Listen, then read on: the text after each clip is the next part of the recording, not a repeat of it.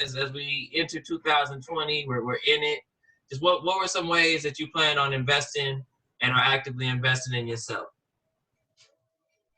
Yeah. So as we get started, we're just going to do a little bit of Zoom housekeeping.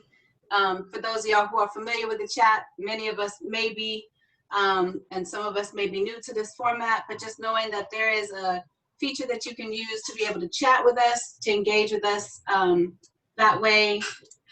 Please feel free to knowing that you can chat individually to the folks who are inside of this chat room or to the entire group.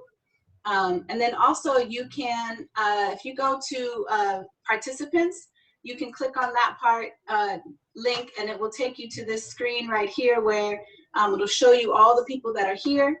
And then there's opportunities for you to respond in some way. You can raise your hand if you wanted to join into a conversation, say yes or no, or even give us feedback if we're going too fast, or if you want us to go a little faster, then you're welcome to be able to give some feedback there. There's thumbs ups, there's all those kind of things too. And depending on how big our group gets today, I see folks are continuing to join with us and we're thankful for that. That if we get to a larger group, we might be able to do breakout rooms. And so if so, then what you will see is we will assign you to a breakout room. And what you'll see on your screen is that the host has invited you to join a breakout room and you just click join. When that breakout room is about to end, we'll send a notice out and you'll see that the timer will shut down and count you down for when it is time for you to come back to the main session. And if you want to, so just be mindful that the time is not really forgiving if you're in the middle of a sentence. So it may cut you off. So just be mindful of the time. As soon as it counts down, you'll be jumping right back into your main session. So yeah, so we're, and the other piece about this is that we are recording this session. So everybody who's participating, please know that that is happening.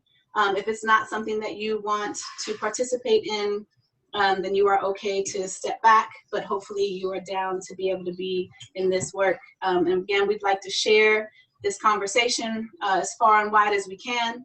And so that's why we wanted to be able to record it so that we can share it as is necessary. So thank y'all. Thank you, thank you, thank you. And let's get it started. A little background about who we are. This is brought to you by Spearitwurx, founded by my husband and I, Brother Sisway. My name is Mizan. We are the co-founders of Spearitwurx. We're an Oakland-based organization that basically now is inspiring intergenerational wellness and racial healing. We have been doing this work in many different shapes and forms since 2004. But basically, we create experiences that transform lives, and that includes different cultural events, community convenings. Now they're virtual. We also do consulting and wellness consulting, as well as PDs for organizations and agencies and city and state governments. So our work is here. We're here to be able to help transform lives, and we're excited to be here with you all. And this is a little background about our family. This is kind of why we do this work. You know, we have 5 children, and we love our family dearly, and we know that it is work to be able to raise beautiful, amazing, imaginative, and you know, people and souls. And so we're thankful for doing this work together, and appreciate y'all being here. And so we want to know who's here in the room with us. Who are you? You want to share your name, where you are calling from, and one thing you're wanting to get out of this conversation today. And so we'll just popcorn whoever's ready. Hopefully we're able to hear from everyone. If you are calling in, or if you are able to put your video on, we definitely suggest that so that we can connect with each other a little bit better. Most of the work that we do is always about bringing people together, and so we just working through how it works to do this on a digital platform, which is always kind of tricky. So as much human contact we can create, even if it's just seeing your beautiful faces, we want to do that. So thank you, thank you. Matter of fact, let's start with Dr. Phil. We're about to do your official introduction soon, but why don't you go ahead and share your name, where you're calling from, and one thing you're excited about getting out of this conversation today. Hello, I love seeing your beautiful faces. It was Hubbard. I am in Oakland, California. I'm super excited really to share strategies for just activating your potential, and especially during this time. Not just because of this time, but especially during this time. So really, really excited to get into this exchange with you. And hi, Mom. I think I see my mom on. That's that intergenerational wellness that we're talking about right there. That's right. Well, maybe that's the way we'll do it. So when you introduce yourself, then you get to choose the next person. So go ahead, Mom. Why don't you introduce yourself? Tell us your name, where you're calling from, and one thing you wanted to get out of this session today.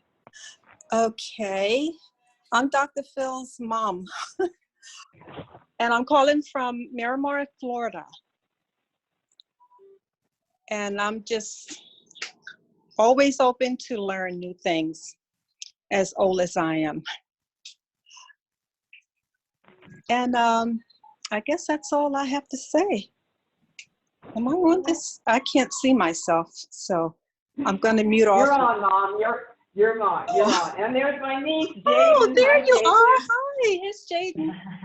Say hi to Auntie Phyllis. Hi. Oh, sorry about that. Okay.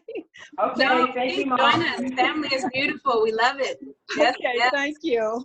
Thank you. Okay. Glad you could join us. All right, shall I mute off now? Well, who would you like to have introduce us next? You can choose. Oh, okay. If you can see the list of participants. Okay, let me go back to that now. I'm still kind of new at this, so let me see, participants. I can make it easy for you if you want to. I don't want to, Oh, there we are. Yeah. Okay, oh, there we go. I would like to, who is Patrick? Introduce Patrick.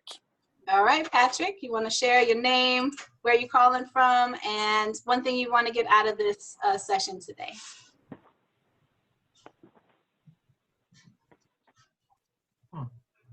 Oh, I think we just lost Patrick. Patrick was like, nope, not today. That's all right. How about, let's go with Yolanda. Okay. Hi, I'm Yolanda Cater. I live in Alameda, California, Oakland native. And mental wellness is something that I'm really interested in for a number of personal reasons. Having journeyed with my mother through mental issues, health, wellness issues, and now being by myself, going through COVID, I'm always looking for strategies to keep myself sane and healthy.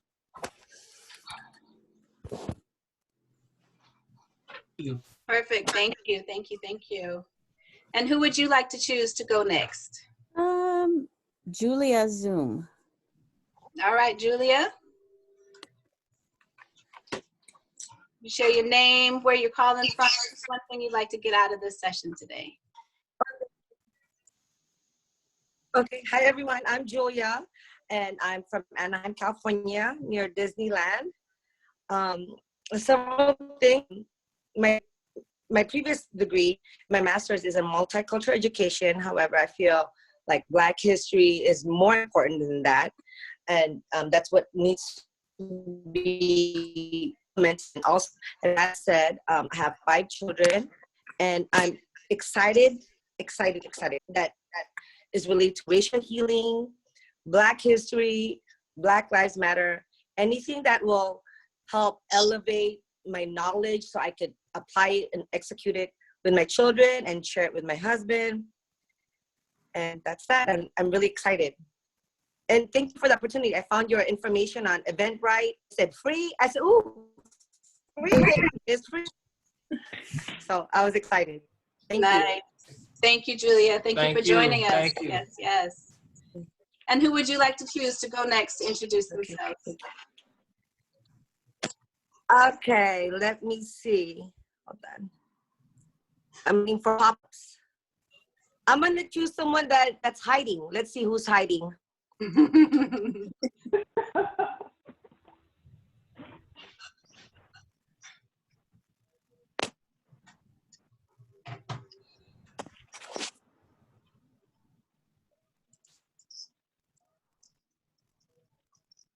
Let's see, we have Patrick is back. Do you want to, Patrick, you want to introduce yourself?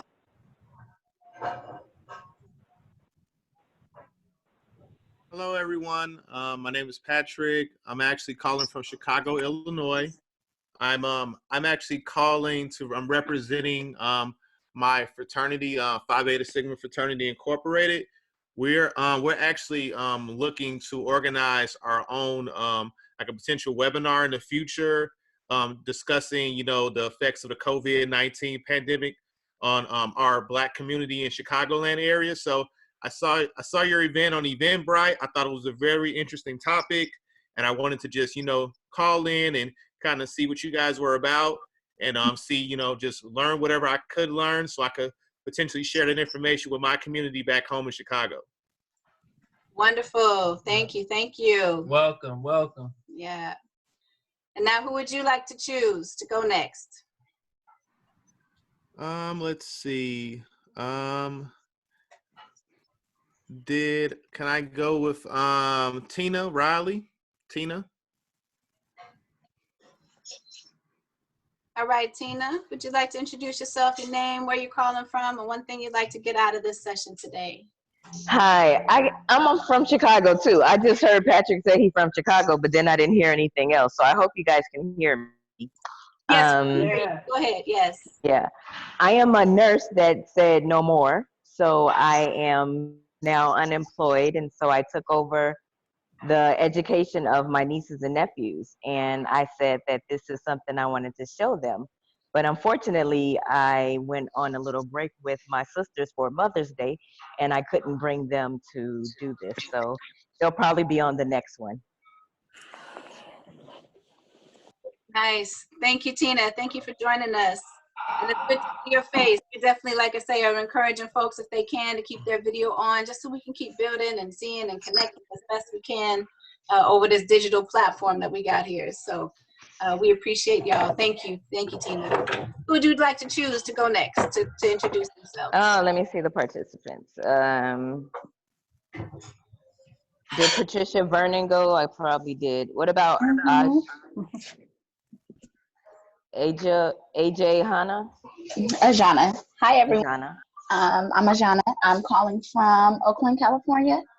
And I am here probably very similar to everyone else, just to gain some more insight about how we can support our Black families during this pandemic. I am a case manager and a family advocate for a nonprofit. We connect with specifically Black and families from the African diaspora through playgroups and resources and things like that. And we are planning to do like a little self-care check-in Zoom with the mamas and the caregivers of the playgroup. And so I'm just here to see what I can take back and offer to our community. Wonderful. Thank you. Thank you. Thank Thanks. you. Welcome. And are you able to see the participant list? I am. Yeah. Let's see. I guess I'll choose one of the ones that doesn't have a name. And the 916 number, 916 452.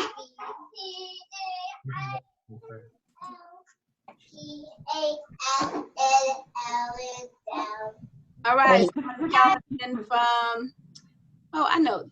916 is my mom. Hey, mama. Are you able to unmute yourself? You've been able to call in yet? I know sometimes we've been having technical challenges. Oops. Mama, can you hear us? Here, I'm gonna unmute you. I can hear you. Can you hear me? Now we can hear you, yes. So you can share your name, where you're calling from, and one thing that you're looking forward to getting out of this session today. Okay, so my name is Pauline Haynes. I'm proud mother of Mazan and mother-in-law of Sisley, and I'm calling from Sacramento.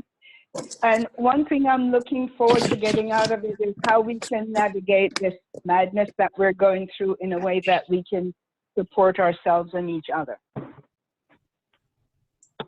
Wonderful, thank you. Thank you, thank you. Glad you're here, Mama.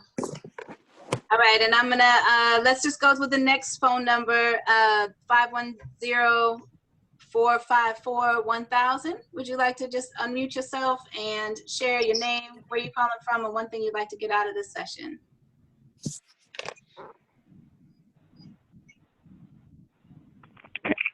Can you hear me?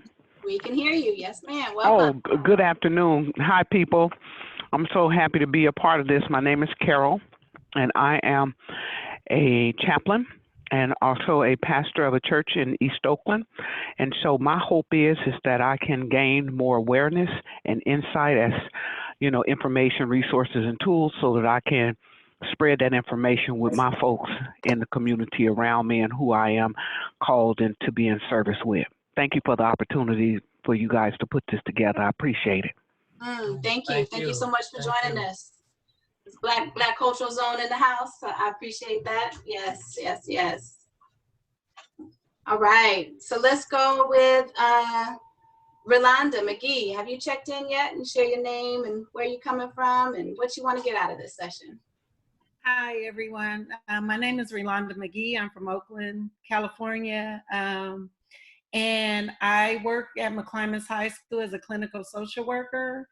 And I'm working with our students and our families through COVID-19. And I just, you know, I was taught at 13, I'm a lifelong learner. So just tapped in just to get new insights on different ways to do the practice that I do to make it better. So thank you all for having this forum. Thank you, Rolanda. Thank you. And I think we have left Torian and then Sister Queen. I think those are two folks that haven't gone yet. You got it, Sister Queen. You passed me the mic. Thank you. Peace. My name's Queen. I live in Oakland, California. I'm a mom and a community auntie, and I'm here to gain tools and strategies to help us hold ourselves up, hold each other up during these times. Thank you, everybody. Yes, thank you, sis. Glad to see you. Glad you're here. Thank you. And then Torian. Hey, greetings, everyone. My name is Torian Richardson. My purpose on this planet is to inspire the genius in people to live valiantly so that potential is turned into impact. I currently do so by being an investor. I'm a culture scientist, and I work as a global executive coach. I actually hope to give all of my resources that I have to the group that we have here. So not only are we having this conversation here, but we also are creating a network where we can start to leverage each other's strengths so that we can make a greater impact in what we're talking about. Nice. Where are you from, Torian? Oh, I'm from Torian, Chicago. where are you from? I'm from Chicagoland area. I'm actually in the western suburbs in Aurora right now, and I want to say go mob to my frat brother Patrick as well. Nice, got a little Chicago contingency today. Thank you, thank you, thank you. And I think that's all, but Patrick, are you on the line? Would you like to check in? Oh, I'm here. All right. Go ahead, tell us your name, where you're calling from, and one thing you want to get out of this session. Let's see. I think I did this earlier, but yeah, my name is Patrick. I am from Chicago. Oh, I'm sorry. You sure did do this already. My bad. Yep. Now I'm hearing your voice and your story. Yep. You know how it goes. We loving the technology. Did I miss anybody? Nope. All right. We are here. We are doing this, and we appreciate y'all being here. Thank you, thank you, thank you. And as we get started, I just wanted to recap. Last week we had our very first session, and every Monday we'll be doing these sessions to honor Mental Health Awareness Month in May. The last session we had a moment our topic was on the power of the present. And so we just wanted to give us all just a moment to just come into this moment. A lot of times our mind is winding from what happened in the past to what's about to happen in the future. And rarely do we get a moment to just kind of be in this very moment. So I'm just going to invite y'all to just be still for just a moment. Take a nice deep breath in. And exhale fully. And just allow your mind to arrive. I know we're excited about this conversation. We are excited about all that is about to happen. Maybe excited about what has just happened or worried about what has just happened. But right now, we are just right here in the power of this present. So we're just giving us the opportunity to just arrive, feel our feet, feel our legs, feel our knees and our bottoms, sitting on a chair or standing, wherever we might be. Just notice how we're breathing and our stomach feels as we inhaling as full as we can and exhaling as full as we can. Just noticing what happens with our chest when we breathe, with our shoulders, with our thoughts and our hearts and our minds, coming right here to this very moment.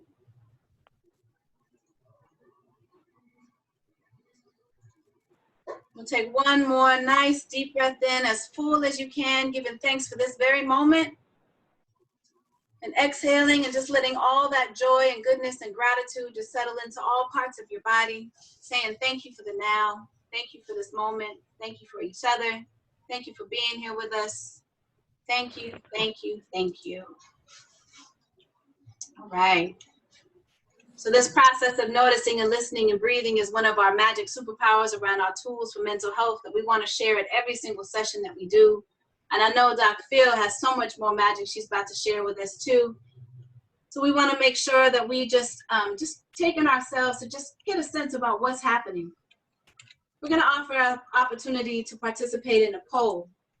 And this poll is just for us to get a sense around what's going on. The question is, what's the impact of COVID-19 and the shelter in place on your household? And there's an opportunity for us to use our poll. All of you should see it hopefully on your screen. And just respond, with whatever it is that is real for you.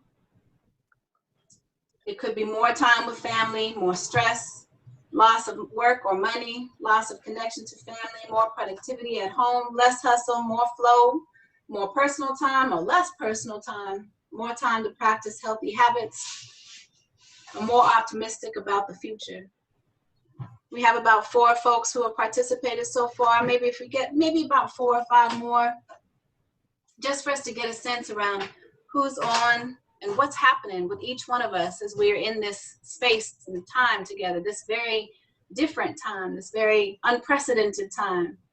What is happening to our households right now? What's the impact? What are we feeling?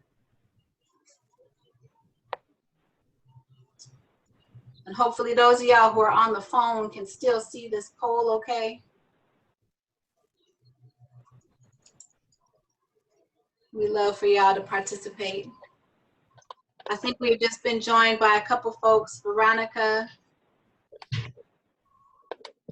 As a matter of fact, as we're doing this right now, Veronica, I'm just going to give you an opportunity real quick to just unmute yourself and share your name and where you are calling from and one thing you'd like to get out of this session. Hi, can you hear me? Yes, we can. Welcome. Okay. I'm outside, so I'm going to mute as quickly as possible. I'm actually from Nashville right now. To be honest, my sister, it was Tina. She was on here, I thought, but I don't know where she went. But she just suggested that I do this. COVID has been quite interesting to a degree. I was already mostly retired, so work wasn't the issue. It's more just I like to travel, so all I do my people, and so I have 6 children, so it's been a little bit different. Fear, and I think fear is probably the biggest thing. I don't think it's just fear of acquiring the disease or anything like that. I think it's just fear of what type of world are we going to be in after this. Trying to adjust to new normals is what I'm focusing on, because I don't know everything. There's so much information out there. Some of it's real, some of it's not, some of it's.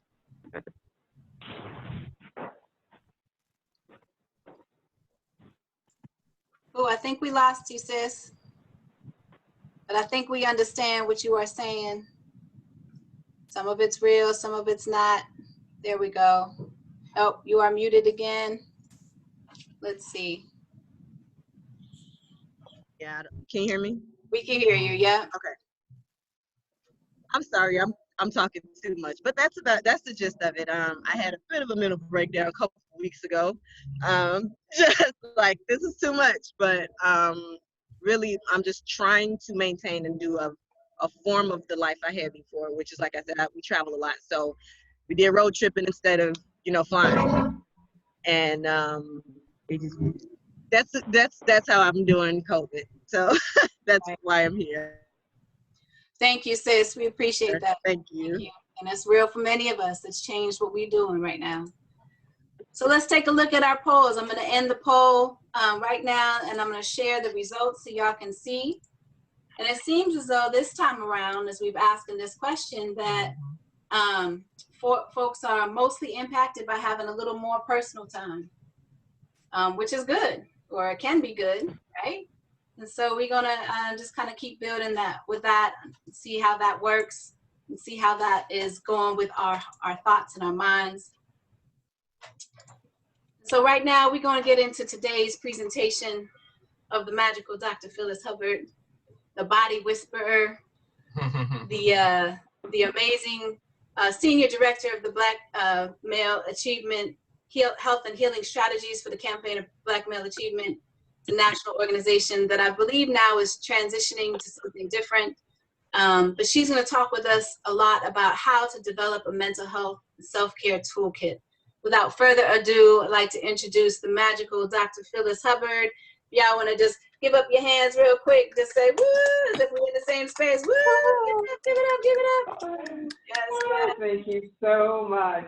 So am I able to share screen, or are you going to run my PowerPoint? Okay, let me share screen, and so we can get moving. So everyone can see my screen. And hopefully the technology will be in our favor. So everyone can hear me and everyone can see the screen. Yes? Okay, beautiful. Thank you so much, Brother Sizwe and Sister Mizan. We have been working together for many years, bringing health and healing into the community. And this is a topic that is very, very near and dear to my heart.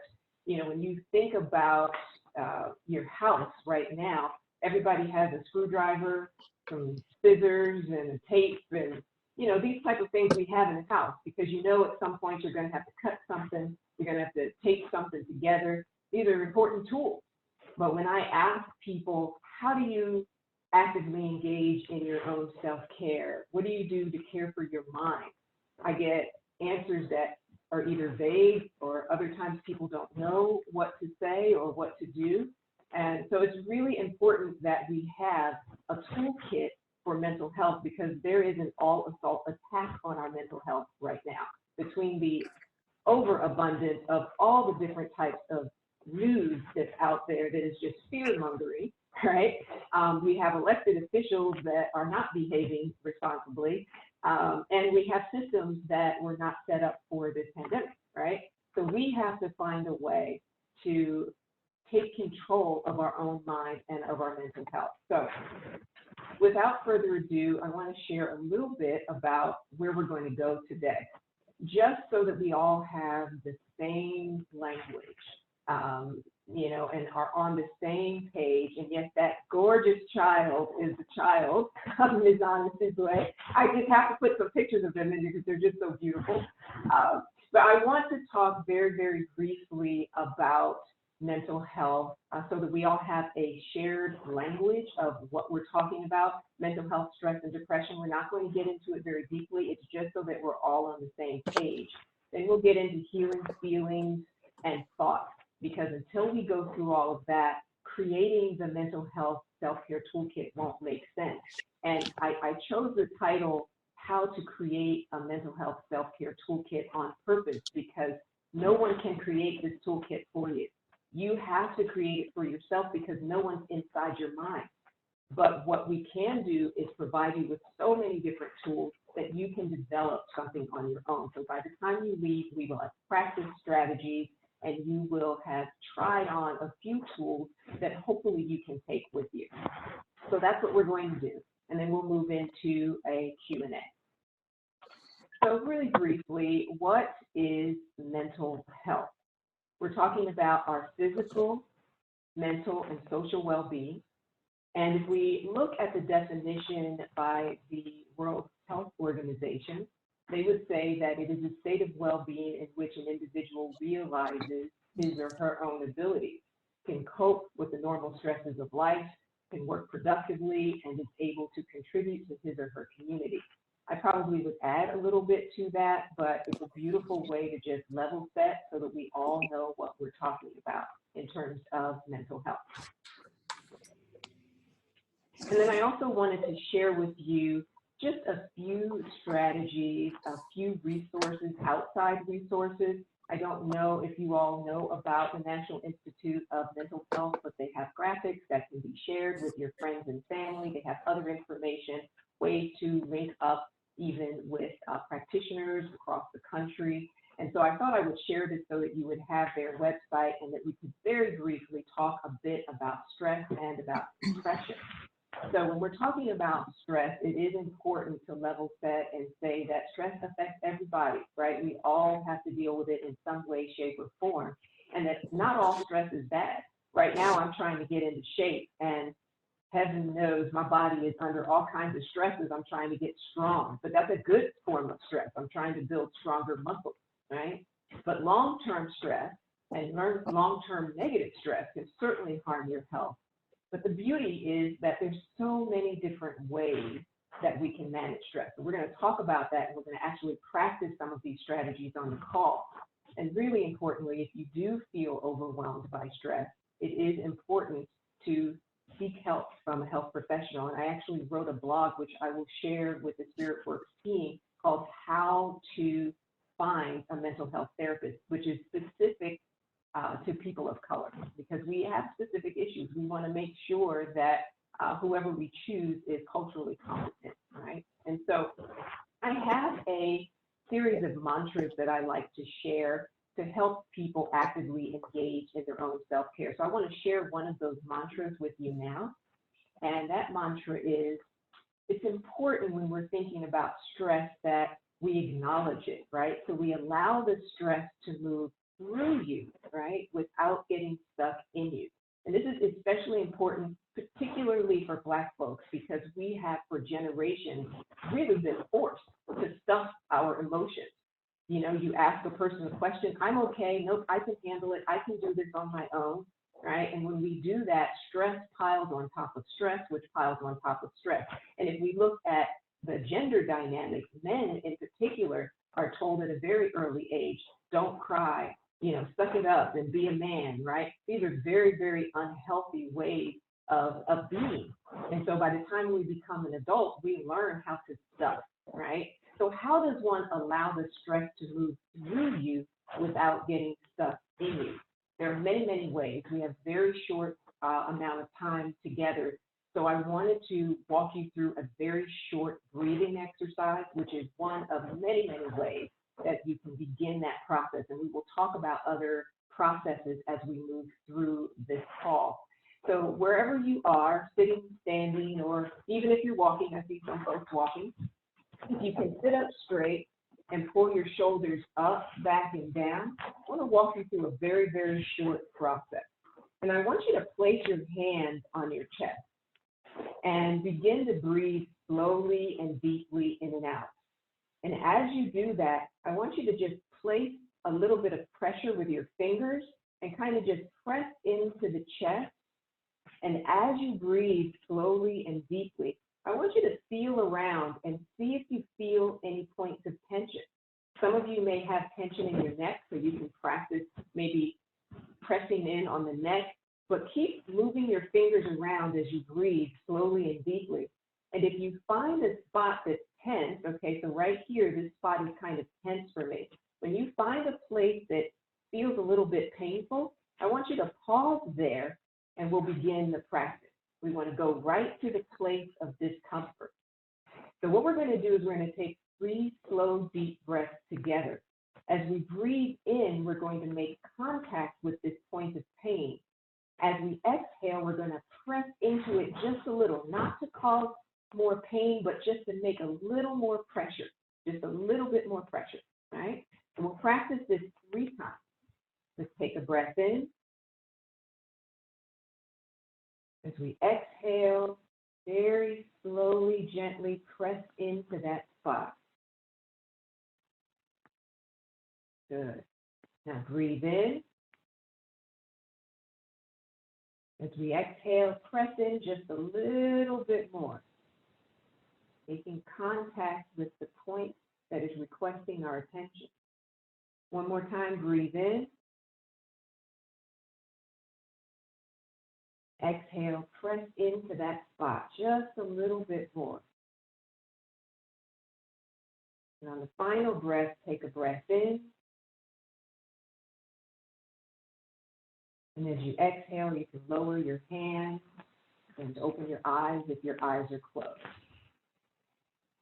So normally, if I had the amount of time I'd love to have with you, we would continue that process for a little while. And what you want to do is when you feel that tension, you want to press in until you feel the pain shift just a little bit. It might not disappear completely, but once you feel the shift in the pain, you know that you're helping your body to move that stress out of the body. Because stress shows up in the body as discomfort. It shows up as backache and neck ache. There's a reason why we say this person was a pain in the neck, right? Or a pain in the butt, right? There's really a true connection to that.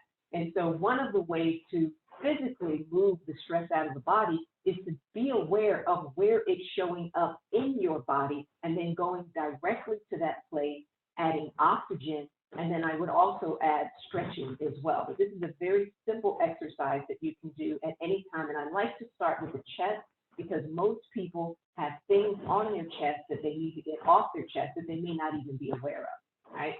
So just a beautiful exercise to practice. I hope that's something that might be useful for your toolkit. And so before we get into it any further, I just want to very, very briefly talk about sadness and depression. Very, very important. Sadness happens. No one feels good all the time, right? It's a normal reaction to a loss or a setback, and it does pass with time. But it's important for us to be aware of the lingering sadness. It keeps going. It doesn't seem to pass. It doesn't seem to lift.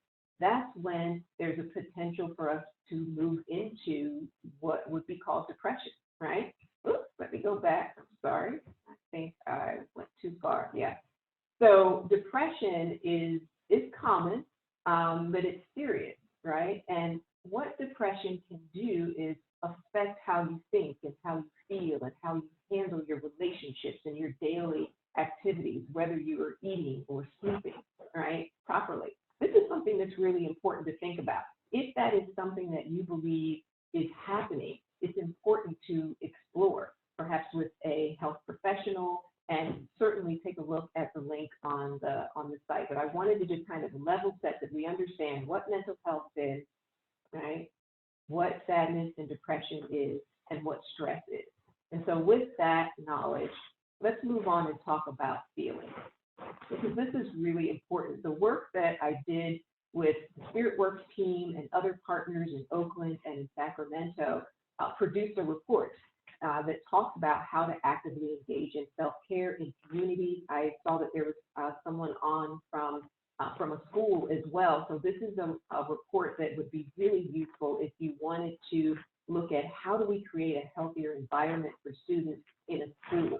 This report is called Journey to Radiance, Health and Healing Strategies. You can download the entire report at cbma.org/JCR report. And so I bring it up because one of the findings in the report is that teachers, parents, students, just about everyone we worked with really struggled with naming what and how they feel in a given situation. And we found that once they were able to name it, then we could provide a strategy. You could move, but if you're frustrated and you can't even name what it is, that's a real challenge, right? So we put together this graphic that we thought would help folks. So we would ask, do you have feelings that are healing your body, right? Because when you're happy and alive and interested, you've got healing, oxygenated blood coursing through the veins, right? But when you're feeling angry, indifferent, or depressed, those are feelings that need healing. And if you're able to say it out loud, that I'm not just angry, but I'm annoyed. I'm annoyed with this person because of X. Now you know you have a feeling that needs healing. Now you can put your breath to that. You can take a walk with that. You have something that you can do with that feeling.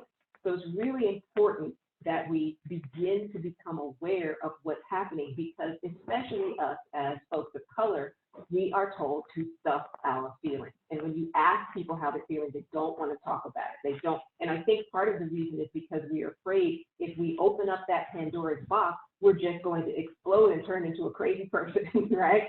And really, if you breathe and pause before you speak, breathe and pause before you act, and we talk about that, you will not have to worry about the explosion, right? Your body will release at a rate that you can trust. And so, do you have feelings that are healing feelings or feelings that need healing?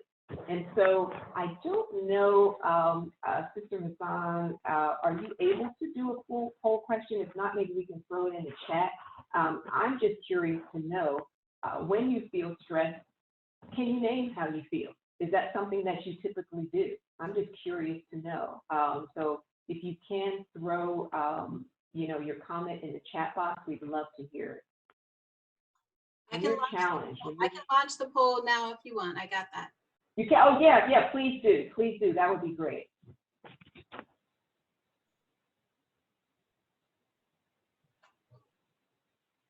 Just ask that. Just the first question. Can you name how you feel? Can everybody see the poll okay? Little head nod. It has all the questions in there, so they have to answer all the questions at once. Okay. Yeah. It may be better to pop it into the chat. We can do that if you want. That's fine.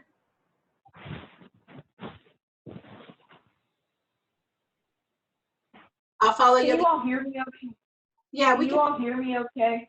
Okay, all right. Yeah, I got a note from Tori was saying it might not be able to hear me so well, so I will bring this a little bit closer. Okay, all right. So yeah, throw it in the chat box. There's really, I want you to get into the habit of naming, right? Name it. It's that I'm hurt, and it's not just that I'm hurt, but I'm hurt because I'm feeling rejected, right? You can do something with that once you're able to name it. All right. Good. All right, so let's talk a little bit about thoughts. Thoughts are really important. One thing I think that people don't recognize is that our thoughts are numerous. We can have up to 60,000 thoughts a day. But the interesting thing about those thoughts is that they are mostly the same thoughts as the day before. And I see some smiles because y'all know it's true, the same old thoughts, right? 60,000 thoughts a day, mostly the same thoughts, and 80% of those thoughts are negative, right? 80% of the thoughts are negative. That's really powerful when you think about it, right? 80% are negative. And the question that I have for you is, where are those regurgitated negative thoughts coming from, right? Especially if we're running on automatic. Where does it come from? Have we ever asked the question, where do these regurgitated negative thoughts come from? And what would our lives be like if we could control 10,000 of those thoughts? How would our lives change, right? Where do they come from?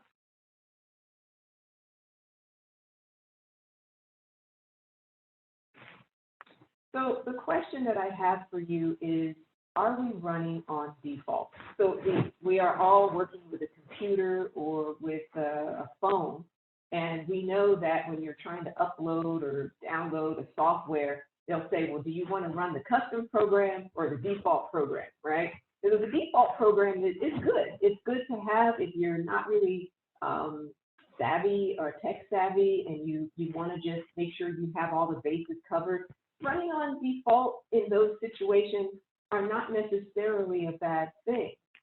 But if we have 60,000 thoughts a day, and most of those thoughts are regurgitated thoughts, does that mean we may be running on default? And what would that mean to our mental health? And so I want to walk through some different types of default thinking, and there are many different types. But I'm just going to cover just a few because these are the ones that I tend to have to work with the most with my clients.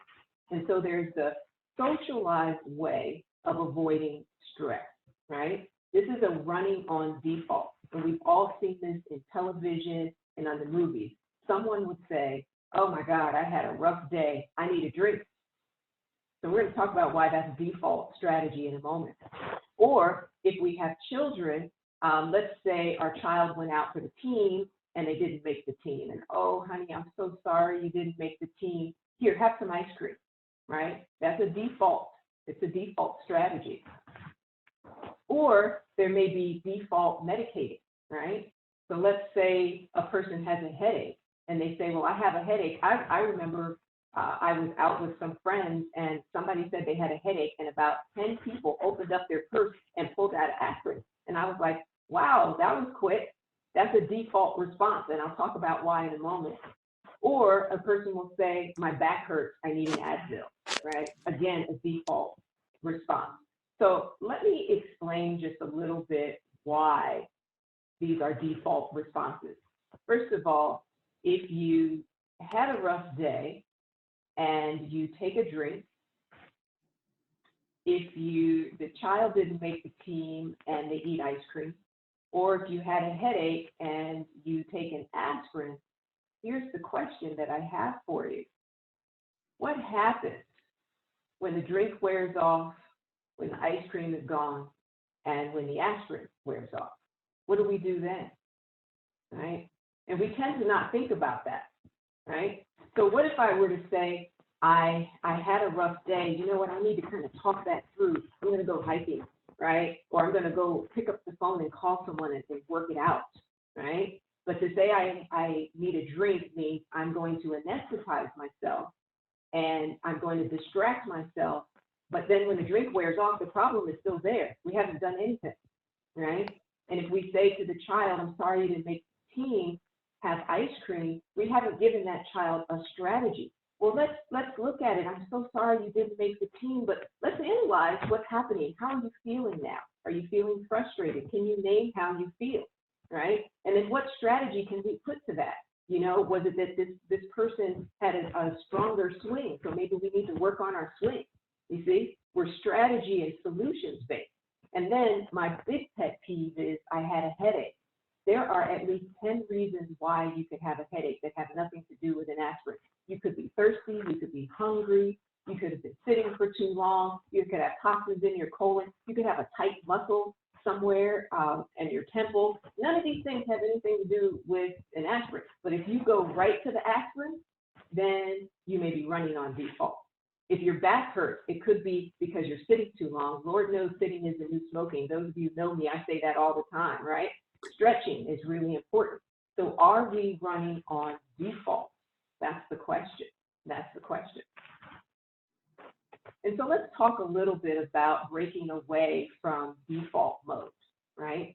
I wrote a blog about suicidal thoughts and depression a while back, and this is a quote from that because it's something that I really think we need to think about.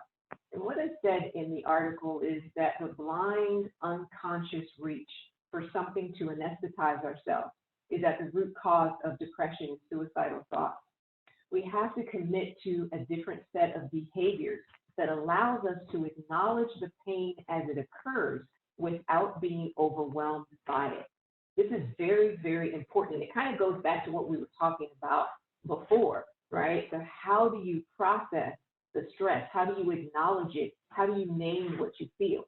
And so one way that you can do that is to breathe and pause before you respond. So let's just go back to the headache. I have a headache. Before you reach for the aspirin, take a breath, relax, pause, and then ask yourself, wait a minute, did I eat? Oh my God, it's 3 o'clock and I ain't had nothing to eat. Let me go eat first, right? Ask the question, breathe and pause. Give your body an opportunity to respond, because your brain is only 2% of your body's mass, but it requires 20% of your body's oxygen, right? And so when you give your body that oxygen, it enables you then to choose a response that serves your highest good. And so if you're going to reach for the aspirin, but don't reach for it because you're running on default. Reach for it because you've gone through everything in your mind. Okay, I ate, I did this, I did that, I did. Okay, maybe this is what I need to do. So hopefully that makes sense to everyone.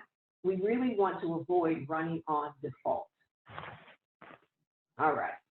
So now let's talk about the essentials for our mental health toolkit. It's a mindset issue, which I think is really important. And so one of the things that I think is really important is to think about the brand of investment that we give, right? We give so much to other people, but can we return the brand of investment that we give to others to ourselves? We have really, because of hip hop, fallen in love with the word grinding. And I've been trying to get that word out of our vocabulary ever since. It drives me nuts, because if you look up the definition of the word grinding, it means to wear down, right?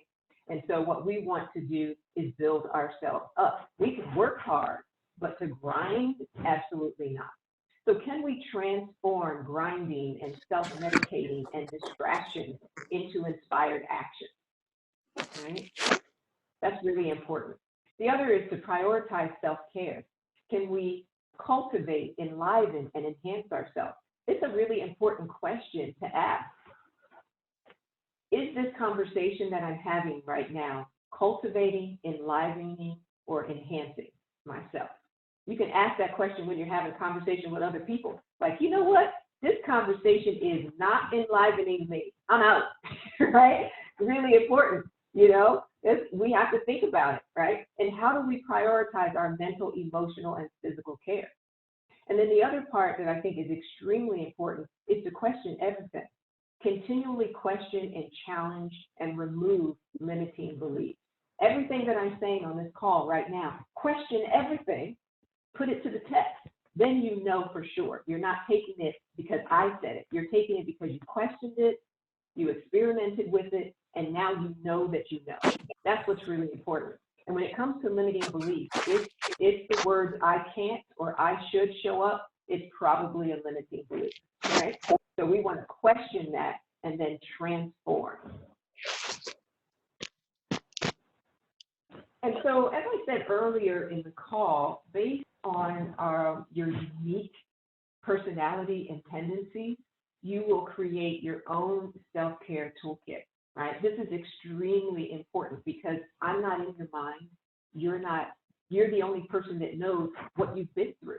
There are some things that no one will ever know about you. So for me to tell you what goes in your toolkit would not make sense. But hopefully you'll hear something during this call and say, well, you know what, this is something that can go in my toolkit. And you can think about it like having those scissors in your house, having the tape in your house, right? What tool do I need? I know that when I have to have a conversation with my dad in particular, he's a very high energy person. So I have to be in a certain mindset before I can talk to my dad. I love him, right? But I'm like, whoo, I'm about to talk to dad. Let me just take some deep breaths. Let me keep the conversation short. Let me ask him yes, no questions. You know, like I have a whole thing that I go through before I talk to him, right? So that's an example of how you have a toolkit that you have at your disposal before you do something or engage in activity. So here are some examples. First of all, based on your unique personalities and tendencies, seeking professional counseling from a mental health practitioner like a psychologist or a counselor of some sort, a clinical social worker. That's something that's important. If you have access to it, I think it's important to seek it, particularly if your insurance will pay for it. And like I mentioned before, I have an article that I wrote about how to choose a therapist, questions you need to ask yourself, ask the therapist to make sure it's a good match for you. And then there are other things that you can do that are important. Call a trusted friend if you feel triggered, right? Sometimes I have to call someone and say, you know what, I just don't know if I'm in the right headspace. I'm going to just say this out loud. Am I making sense? Make sure it's the right person, not any friend, a trusted friend, right? A trusted friend. And always have positive affirmations around the house and with you. And so those of you who have access to the chat box, I'd love for you to do something right now. I want you to think about a goal that you have, maybe 1 or 2 goals. Think about that goal, and I want you to put it in the chat box. And then I want to talk to you about how you might turn that goal into an affirmation, which is going to take us back to those thoughts, right? So write in the chat box what a goal, something that you want to achieve for yourself. And pop it in the chat box. Oops.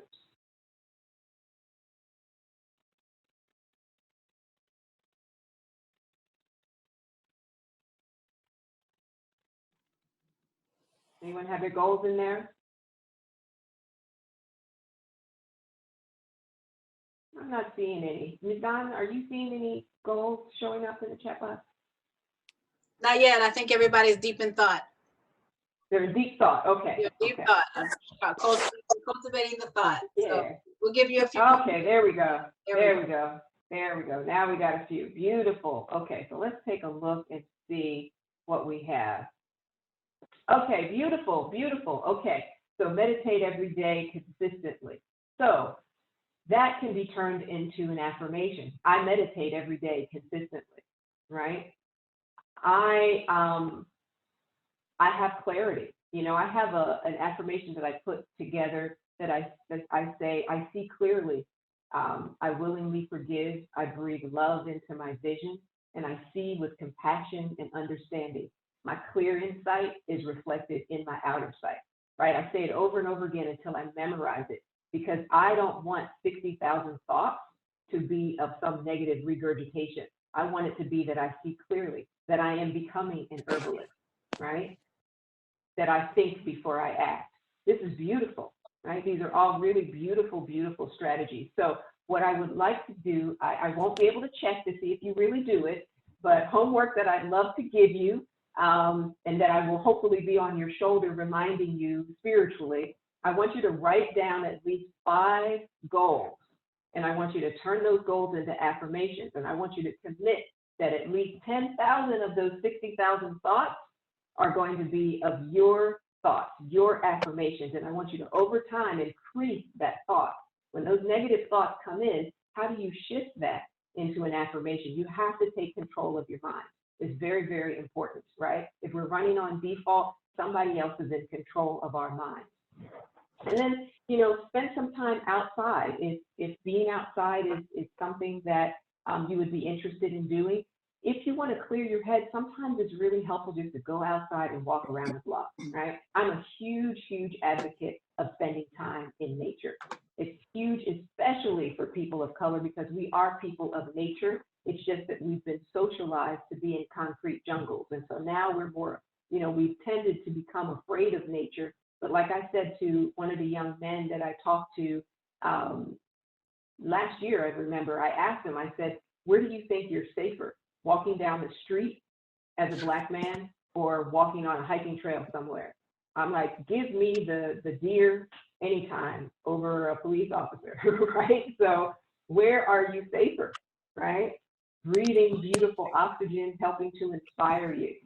And then memorize at least one relaxing exercise, one relaxing breathing exercise, and one energizing breathing exercise. And so I put a link to each of the breathing exercises so that we can practice.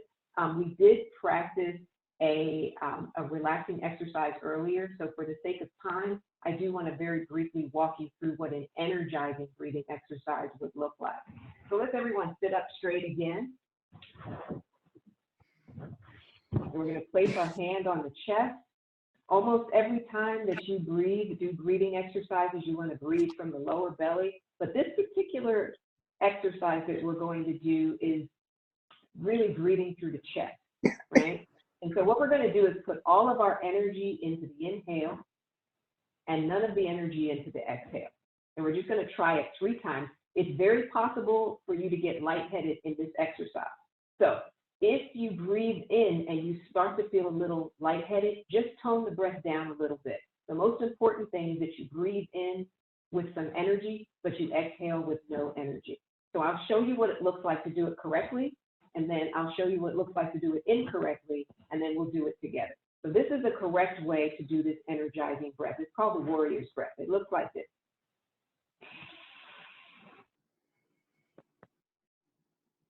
So you notice you hear me breathe in, but you don't hear me breathe out, and my chest rises, right? Here's the improper way to do it, right? We're not using our body. See, everybody laughs when I do that, but then when we start doing exercise, everybody looks like this, right? So, so you don't want to use your whole body. You're just pulling up something inside of you. You're just using the breath. So let's practice, and hopefully no one will get lightheaded. It's a beautiful practice, particularly when you're about to do something that's difficult. It helps you to build courage. All right, here we go. Let's take a breath in and out, nice and easy. If you're not lightheaded, this time try to breathe in a little bit heavier. Breathe in and out. You're lightheaded, tone it down. Otherwise, we'll try to breathe in a little bit stronger. Breathe it in and out. Good job. Now we'll just take a slow, deep breath in to finish the exercise, and a slow breath out, lowering the arms down. Now, normally we would do that exercise for about 5 minutes or so, and you would feel energy. The longer you do that exercise, the more you feel energy coursing through the body. It's a phenomenal exercise for moving stress. And it's another exercise for, allowing the stress to move through you without getting stuck in you. It's like, oh my God, this person said something to me. I'm so irritated. Go right into this breath. It'll help dissipate that energy. Right? You can't stop people from being crazy and doing silly things, but you can change your response to what they do so that it doesn't harm and affect you. That's what's really important.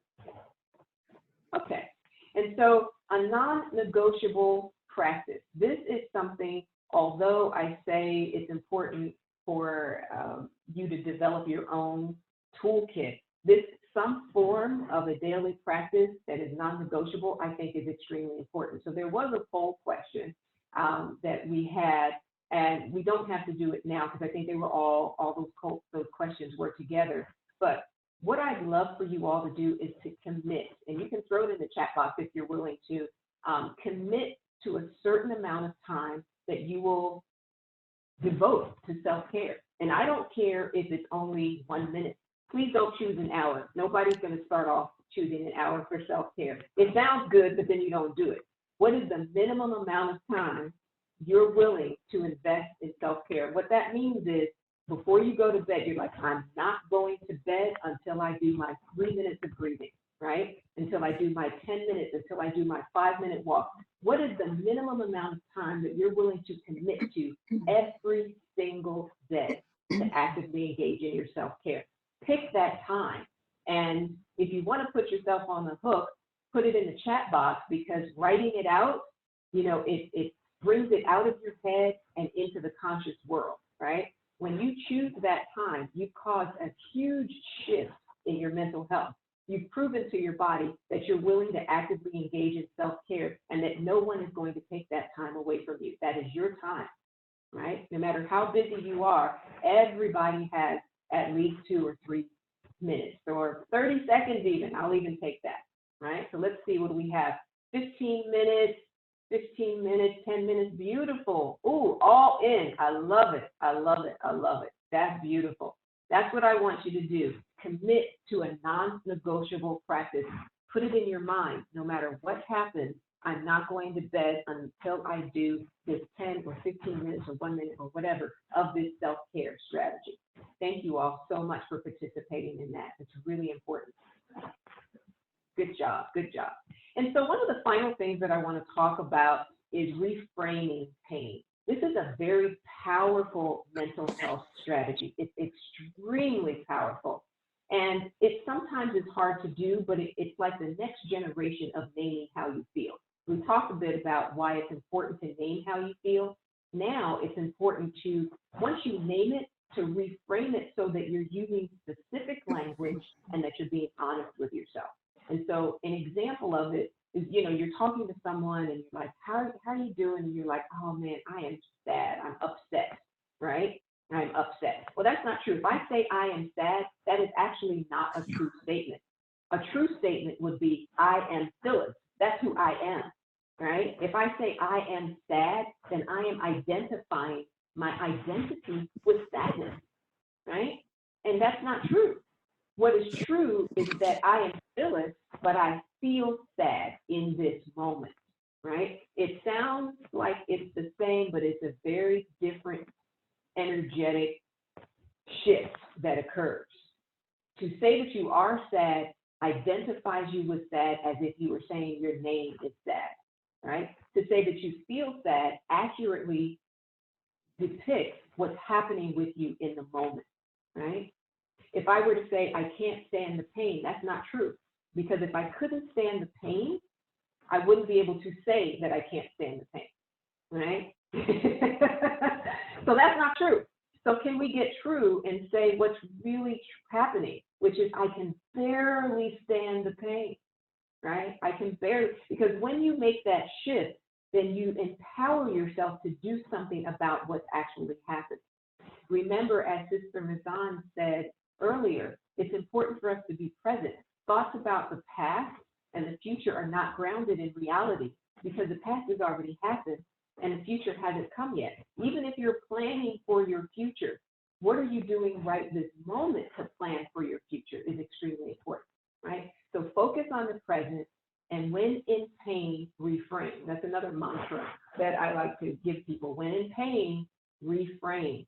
What is really happening in the moment? And it's a beautiful strategy to use when you're having conversations with other people and you don't know what to do. You don't want to tell a person who is suffering to do something or to not do something. What you want to do with them is help them to come to the present moment. Help them to bring oxygen to the situation. Help them to see what's really happening. Because when you're overwhelmed with sadness, it's hard to see things as they are. And that's a beautiful thing that you can offer to other folks, right? But when you're dealing with yourself, be sure to reframe. And you'll have to put something similar to this in your toolkit until you remember it, right? You know, it'll be hard. It'll be hard the first few times.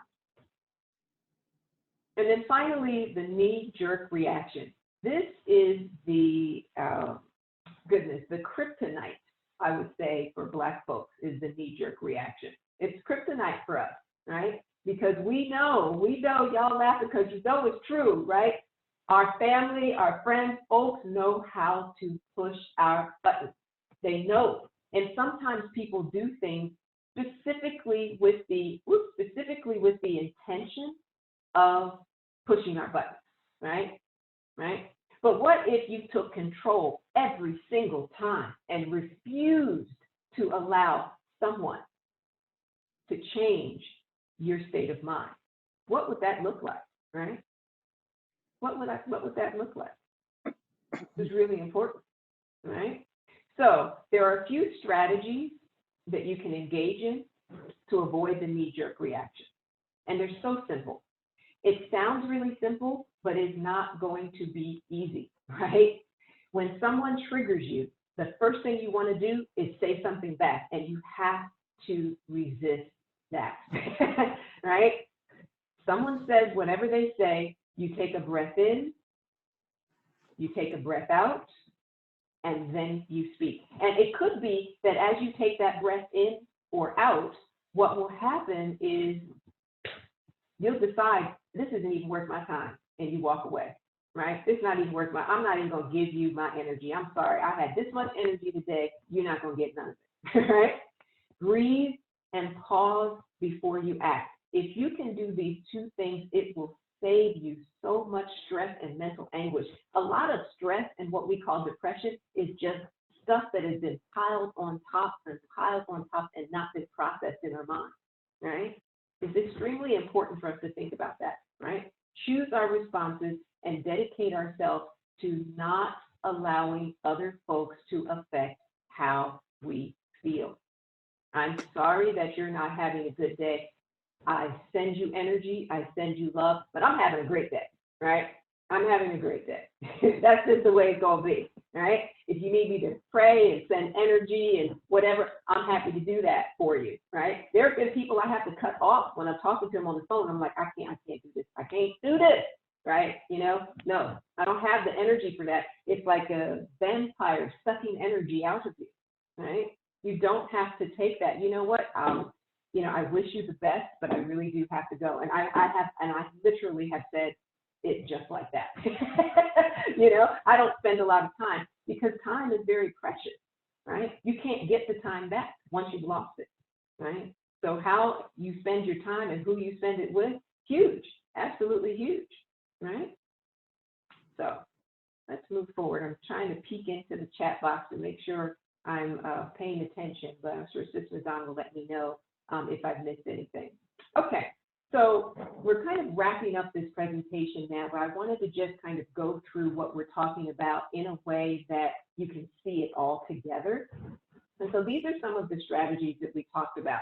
When you're building your mental health self-care toolkit, I like to think of it in 3 phases. It's not really 3 phases, but it's sort of 3 buckets or ways of thinking. It's just a way of categorizing your thinking. The first phase is what I like to call prioritizing self-care, right? Can you name how you feel? And do those feelings need healing, right? If so, what's your tool for that, right? Can you take control of your mind, or are you running on default? 60,000 thoughts, most of them regurgitated. What would your life look like if 60,000, 50, I'm telling you, 30,000 or 20,000 of those thoughts, if you owned 20 to 30,000 of those thoughts, your entire life would completely change, right? So what tool do you have for your toolkit that can keep you from running on default, right? And then reprogram your mind. What are you going to reprogram your mind for? Here's some examples: peace, joy, prosperity, creativity, brilliance, love, whatever it is, write it down. I'm reprogramming my mind for X, Y, Z. And there are some other strategies that you'll have to do. Like you'll have to stop watching the news all day. You can't do that. You have to take care of what you're putting in your mind, right? And so phase 2 is working the inside job. Once you prioritize self-care, how are you working the inside job? How are you doing this work on yourself? And first is return the brand of investment that you give to others to yourself. Do not give to others what you haven't given to yourself first.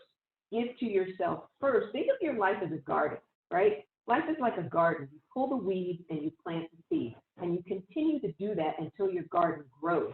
When your garden becomes so beautiful, so fruitful, you have so many plants that you literally don't have any more room, and you have to give. That's when it's time for you to give to others, not before. And that's really hard for us to wrap our mind around. But I want you to think about it, right? When your garden grows and you're in overflow, you're happy to give because you have so much to give. But if you give from an empty cup, then what happens? If you don't pull the weeds will choke out the whole garden, right? So it's very important to return the brand of investment that we give to others to ourselves. Transformation is very important. Grinding is one way to be. Medicating is one way to be. How do I shift that? You know, I get upset and I catch myself eating ice cream. Like, wait a minute, what can I do instead? Because when this ice cream is done, the pain is still going to be there, right? So what's my strategy that will actually get me out of this situation?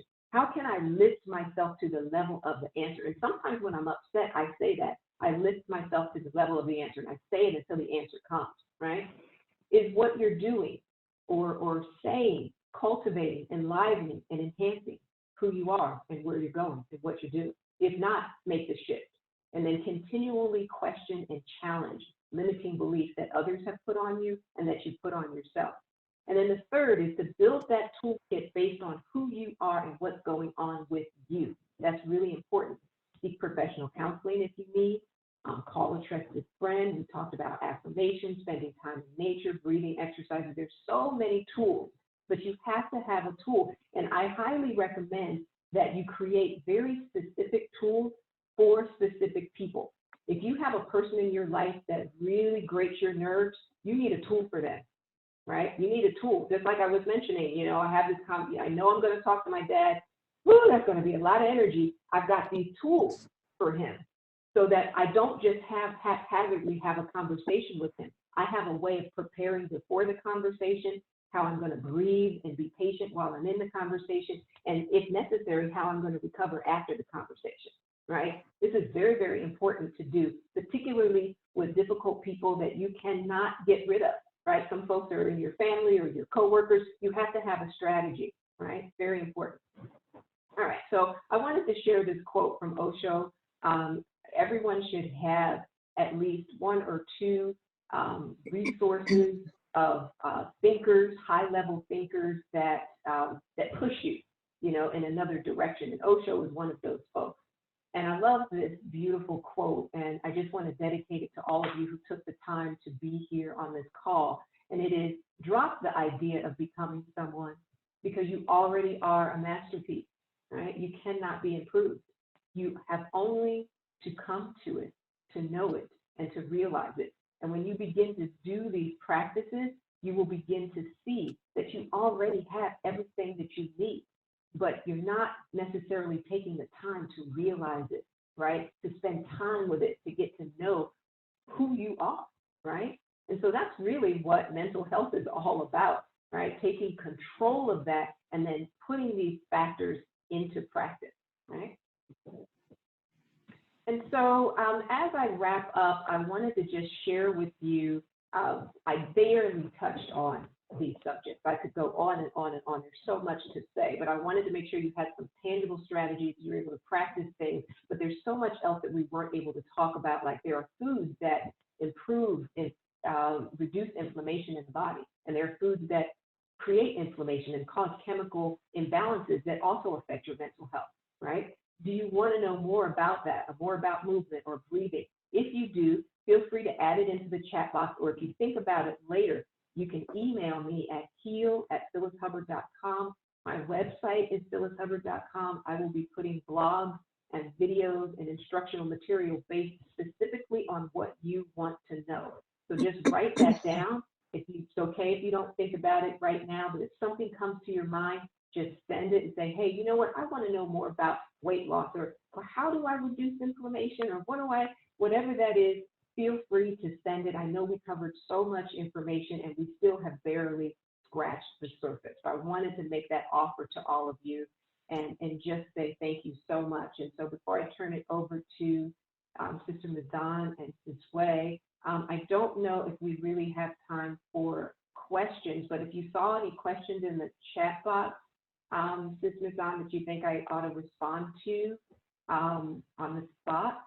I'm having trouble accessing the chat without advancing the slides. So yes, anything comes up. There were some beautiful comments that were shared, and just folks thinking about the different strategies around how they're balancing out taking care of themselves and their families. And also there's elements around using affirmations in the classroom that were mentioned too, that was really beautiful. So, you know, there's been a lot of good conversation that's been very beautiful with folks. So I appreciate everybody's contribution to this process. It's been really beautiful. Thank you.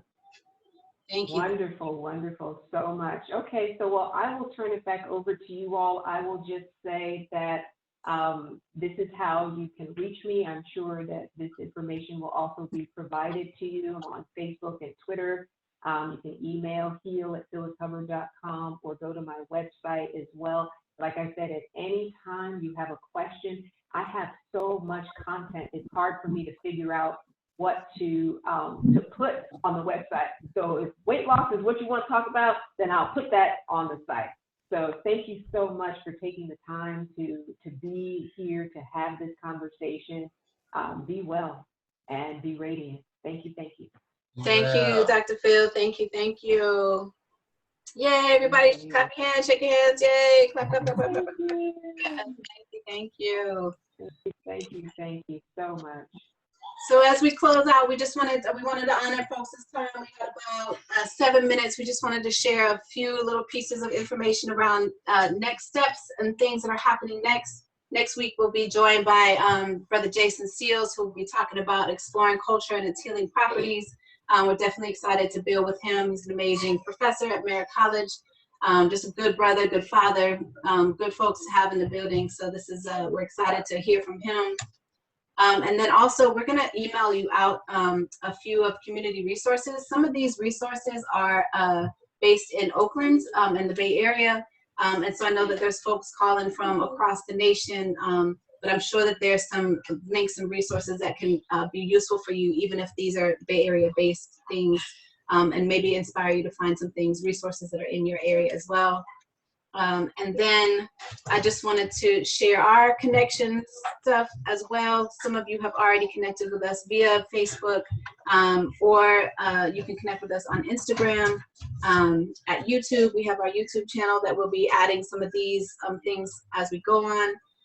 And again, this work is really an offering of our love and our commitment to supporting intergenerational wellness and racial healing. And so there's no grant funds that make this happen. Is because we know that we needed to create time and space to make these conversations happen to support Black mental health, particularly in May. So if you are interested in supporting this work, we are on Cash App. You can also donate on our website at spiritwurx.com. Stay connected.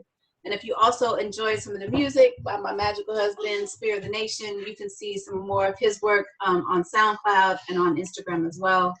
And so we're really thankful for you all to join us in this process.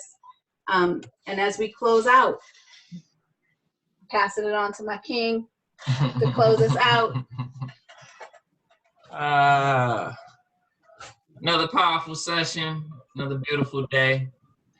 I just want to invite us all to just think about what it is that we're gonna create. Just close your eyes. What's that space you're gonna create in your home? What's that time you're gonna create for yourself? What's that paragraph you might write? Piece of art you might do? Flower you might water? Conversation you might have with someone you haven't talked with in a while? But our imagination is our superpower. And it also helps us move forward, our possibilities. Seeing all that we want to achieve, all that we want to accept. We're just gonna hold that in gratitude. Go ahead and put your hands by your heart and just hold that safe by your heart.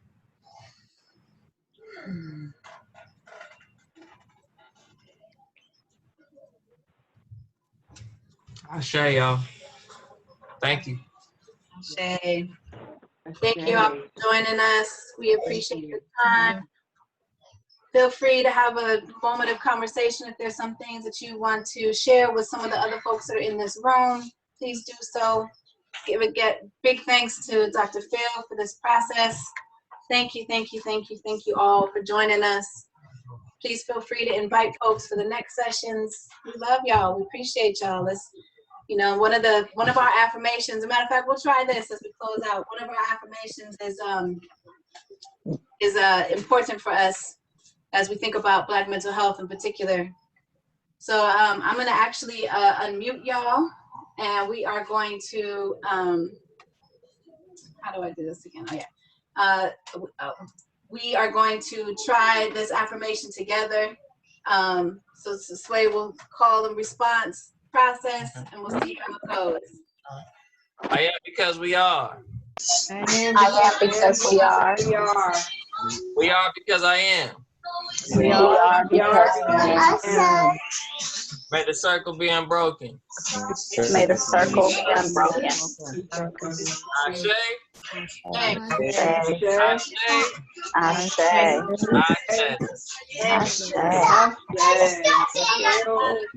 Thank you, everyone. Thank you.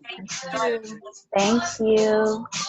Thank you, everyone. Blessings. Thank you. All right, sure did come out of nowhere.